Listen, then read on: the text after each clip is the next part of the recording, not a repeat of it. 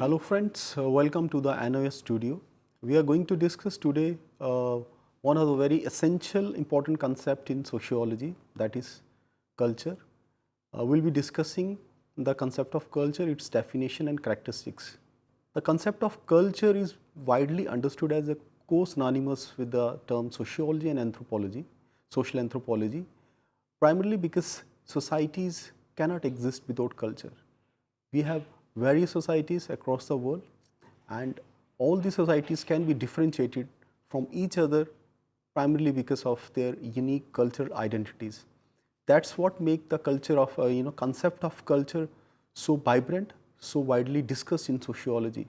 There are many scholars who have been discussing the concept of culture. Almost every scholar in sociology and social anthropology has discussed the concept of culture. That shows the essentiality, and the importance given to the concept of culture. Uh, one thing which needs to be understood, that there is no one culture. Culture have various variants across the societies. That's why we have a different kind of societies as well, because we have a different kinds of culture, different variants of culture. So there cannot be a one culture. We cannot say that one culture exists in a one country or a universe. It's almost impossible because individual civilizations have their different origins, different traits that the evolutionary process, they develop different kind of culture as well. So we'll be discussing all these issues in detail.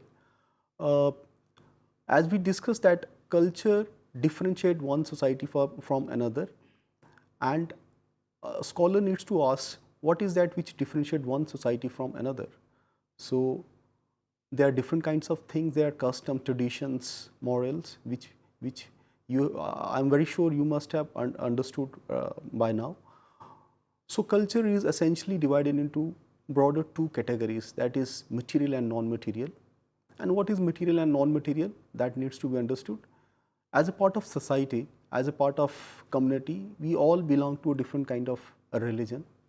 We may have a one religion, but within that we too have different variants of religion. Local traditions do influence our religious beliefs also.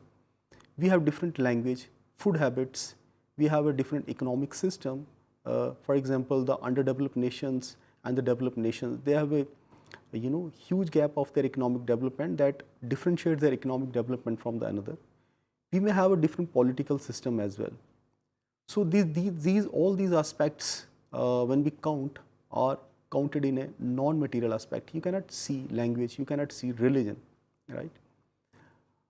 But on the other hand, when we differentiate one society from another in terms of their architectural and monumental aspects, the kind of building designs we have may be different from another society. For example, in India itself, if you see the northern part of India, the architectural design is quite different from the southern part of India, and it's also different from the eastern part of India, especially if you see the monuments, architectural designs of temples, you find a huge difference.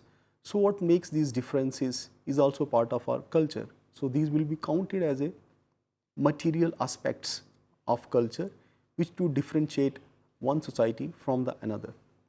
So nutshell, culture is something which is your brand, which defines you in a whole, right?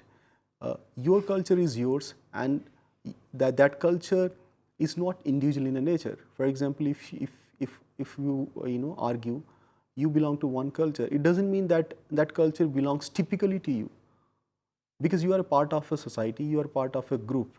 So you share that cultural values with the members of the same community or a group, right? So on the same line, another person coming from another region maybe have a different culture, but that culture is shared among that small group of people, community, right? So that what is your brand also, Now, when we come to a definitional aspect of culture, there are many definitions. People have defined and attempted culture in a very colloquial language also. In our normal conversation, in a discussion, we also many times use the word culture, that my culture and your culture, these kind of things usually comes in our conversation, informal conversation.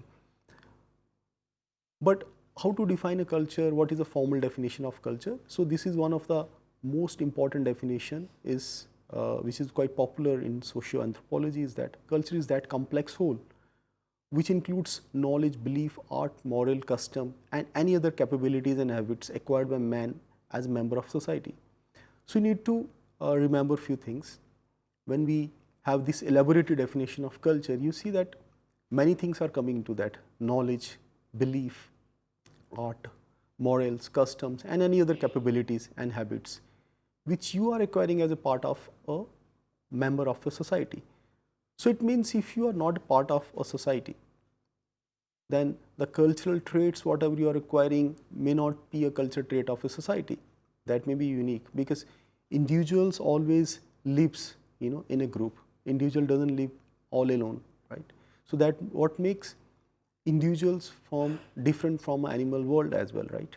Though animal have their own culture, animal society they have their own culture, but broadly when we define, we say that individual human beings are a social being. They live in a groups and community. So whatever you learn as a part of a member of a society, that will be counted as a part of your culture, and that may be classified in terms of your food habits, in terms of your language, in terms of your dress patterns itself. You see, we find a wider differences in the dress patterns, dress codes among different societies. So what makes that difference is visible. The only thing which makes it feasible is that the cultural differences, right? There is nothing bad and good when we discuss culture, though the usual tendency is that people do consider their culture as primary and important, and others' culture is, less in a value, right? And that what we call as a ethnocentrism. But there is nothing good and bad in when we discuss sociologically the concept of culture. So different tastes, different food habits exist, as our food habits and cultural and dress patterns and codes are important. Similarly, the dress pattern, cultural codes and languages of other people are also important. They have their own context, right? So that what makes the cultural diversity, important for any discussion of sociology. So primarily, you can understand that that culture is a way of life common to a group of people, as we already discussed, and you acquire these abilities as a member of society only. This could be acquired by mainly by two ways. You are a part of a society, you are part of a group, and by virtue of that, your belongingness to a member of that society, you learn, you imitate from your elders, from your peer groups, certain kind of cultural traits. And another would be someone would be guiding you, right? Elders are guiding you, socializing you. So this is the way you have to speak to your elders, to your peer groups. This is the way you have to dress up, this is the way you should eat food. So all these things when are taught by someone are coming under the teaching abilities. So as a member of society, you imitate culture and you learn also, right? Both the ways culture evolve as a part of a society. So as a part of society, therefore everyone in a group has to learn, and the cultural traits, and someone also teach that abilities to you as a member of society.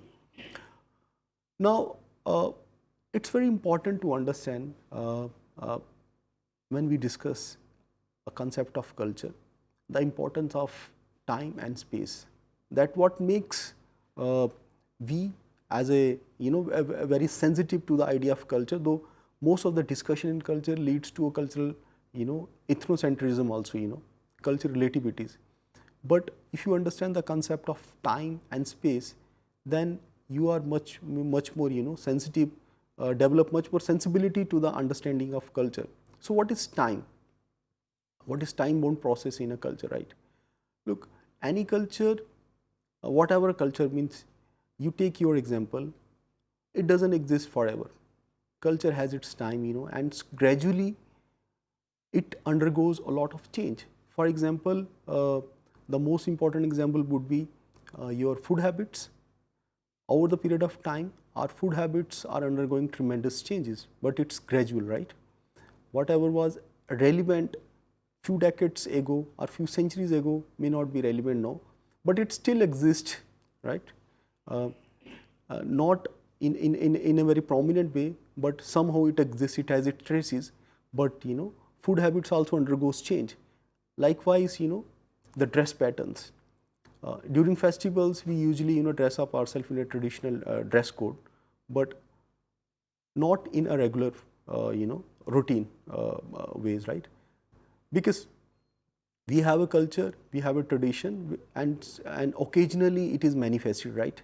That what makes the process of the concept of time very essential and important when we discuss a concept of culture. No culture exists forever. Culture always undergoes gradual subtle change that has to be understood by each and everybody. The present culture of yours may undergo change, and the next generation when comes, they will have a different kind of culture, according to the existing the societal material, and other political economic system. The culture also undergo gradual change. Another is also the importance of space. Your language, your food, your cultural habits, whatever comes, has a spatial importance. Your language may be important in that context, but may not be important in other contexts also. So whatever culture, when we talk about, we do classify culture in a context itself. It doesn't have, it doesn't lead to much understanding when we discuss, a concept of culture beyond the space. So culture and space has to be understood at the same time, So that makes that what makes the concept of culture, much more meaningful for any student of sociology. For example, a tribal society has its own culture, right? But when you certainly gradually comes to a metropolitan area, that importance to culture, that meaning of culture undergoes tremendous change. That cannot be implicated into a different space. So it remains importance into a very fixed kind of locale context only. So material and non-material, we have already discussed in the last slide, that material and non-material aspects also to be understood in terms of time and space. Whatever material, architectural, cultural elements used to exist may not be existing right now, because the time has passed and new advances has come into architectural designs, and people do appreciate the older kind of designs, but no, they are much more adaptive to the latest kind of development. That what happens in a urban development also. Urban development designs is undergoing tremendous change. Similarly, your dress patterns, what we used to wear few centuries or decades ago, may not be feasible now, right? But because the time has passed and it has undergone a gradual kind of change. So material and non-material culture of any community and society again undergoes lot of changes and transformation over a period of time within that space and context. So it has to be understood in relation to each other, time, space, and material and non-material components of a culture. So one can discuss various characteristics of a culture, and n number of characteristics one can draw, but in a nutshell, broadly you can classify the characteristics of a culture into broadly three kind of categories, right? Which makes a sense, right? Culture is universal. Culture is universal because culture exists everywhere. Wherever you find the traces of a human society, you will find a culture. You cannot find a society, you cannot find a human society without culture. That is impossible, right? Whatever culture they have, but that would be called as a culture, whether it is barbaric or civilized, modern, or rural, whatever classification you can draw, but there will be a culture, and it has to be respected in that way, right? Culture is stable, yet it is also dynamic. know what that means. Culture though have some kind of stable characteristics, but it also gradually undergoes changes, as we discussed in terms of our food and architectural design. It remains stable for one generation. For example, our generation will find certain traits of our culture existing and continuing, but gradually the next generation would find it has also undergone a lot of changes. For example, the dress pattern, right? The way marriage used to be celebrated, it has also undergone a kind of change. Food habits, the kind of educational aspects of our society. Though education is stable institution, but it is also undergoing a kind of change. So every institution is undergoing change, and that what makes the concept of culture is also dynamic in that way.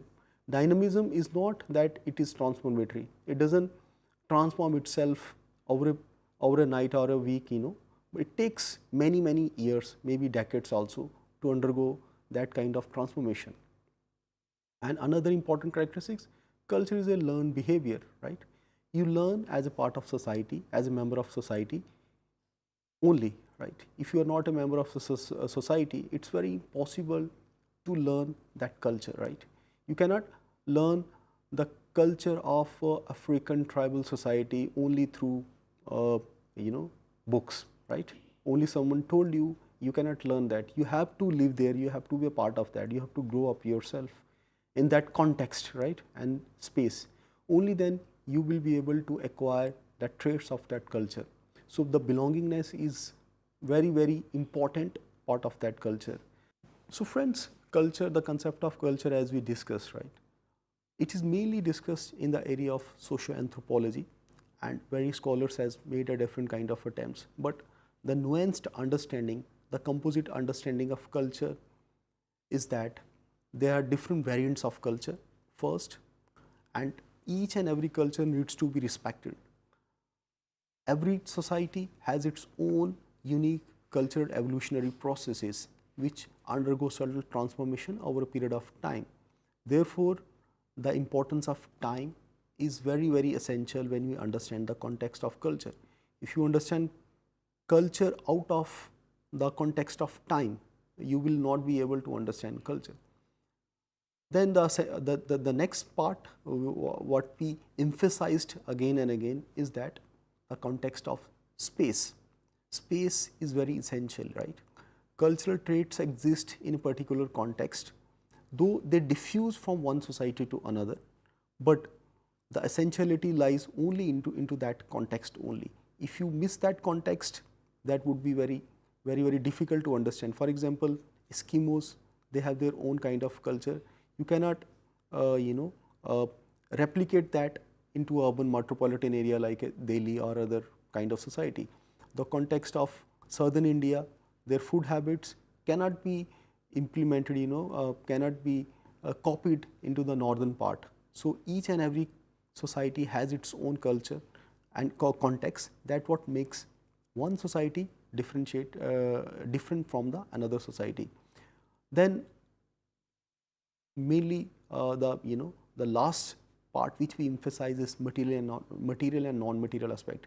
Many scholars, without going into much details, have defined the concept of culture as material and non-material aspects of our society. That could also be one possible kind of definition, and it covers everything, whatever we acquire as a member of a society. And material and non-material aspects can count anything, whatever comes to your mind, which you have acquired as a part of society, from your food habits, from your architectural designs, your religion, your community relation, your kinship relations, so and so forth. Anything you count would be coming under as a part of non-material and material kind of aspects. And that is what laymen also try to understand the concept of culture through material and through the differences of material and non-material aspects. And material aspects of culture are much more visible, right? Right at the outset, you can differentiate that my dress patterns are different from yours. It means you are belonging to a different culture. When we speak, so we understand that you are coming from that and that particular society. It means the non-material kind of non-material kind of aspects of culture comes to visibility only when we have an interaction between one society to another. But without having interaction, the material aspects helps us to differentiate one society from another. So that is what makes a concept of culture also very difficult and complex in sociology and social anthropologies. And there are a lot of peoples who always have kept the concept of culture primary to their any kind of theory of social change in the society. So I urge you to go into a wider details of the concept of culture and read this concept much more nuancedly from other readings. I hope that you have understood the concept of culture in a very nuanced, comprehensive way, and I thank you for a patient listening. Thank you.